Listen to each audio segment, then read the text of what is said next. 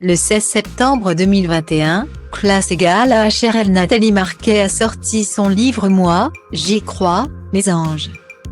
Mes guides, mes prémonitions, aux éditions Guitry et Daniel.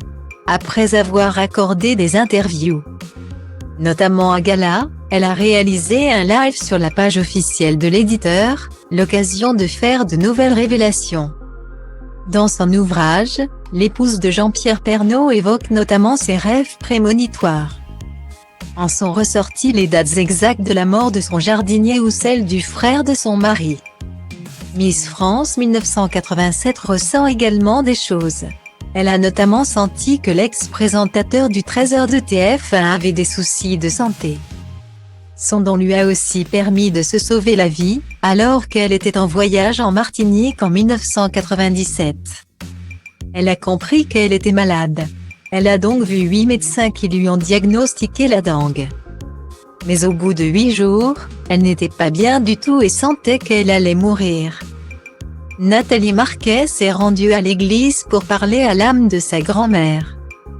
Elle pressentait une tumeur à la tête ou une leucémie et a demandé à sa regrettée mamie de l'aider. « J'ai pleuré pendant 1 heure », a-t-elle précisé. En sortant, elle est tombée sur la pancarte d'un médecin. Elle y a vu là un signe et s'y est donc rendue. Il était étonné qu'elle tienne debout avec 41 de fièvre et même pas 6 de tension.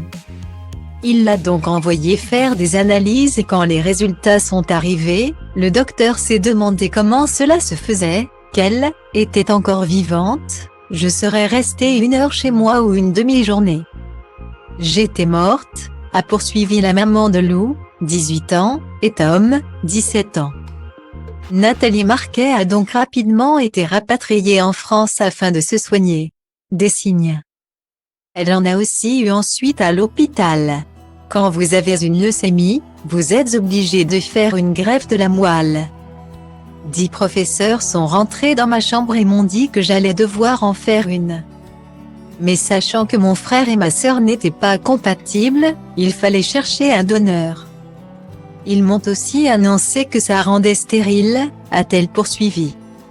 Souhaitant devenir mère, elle refusait de subir l'opération contre l'avis des médecins ou de ses proches. Si vous enlevez mon but et ma force qui est d'avoir des enfants, je vais partir. Vous n'avez pas le droit de m'enlever ça. Comme je suis majeure. Je peux vous signer une décharge, leur a-t-elle dit.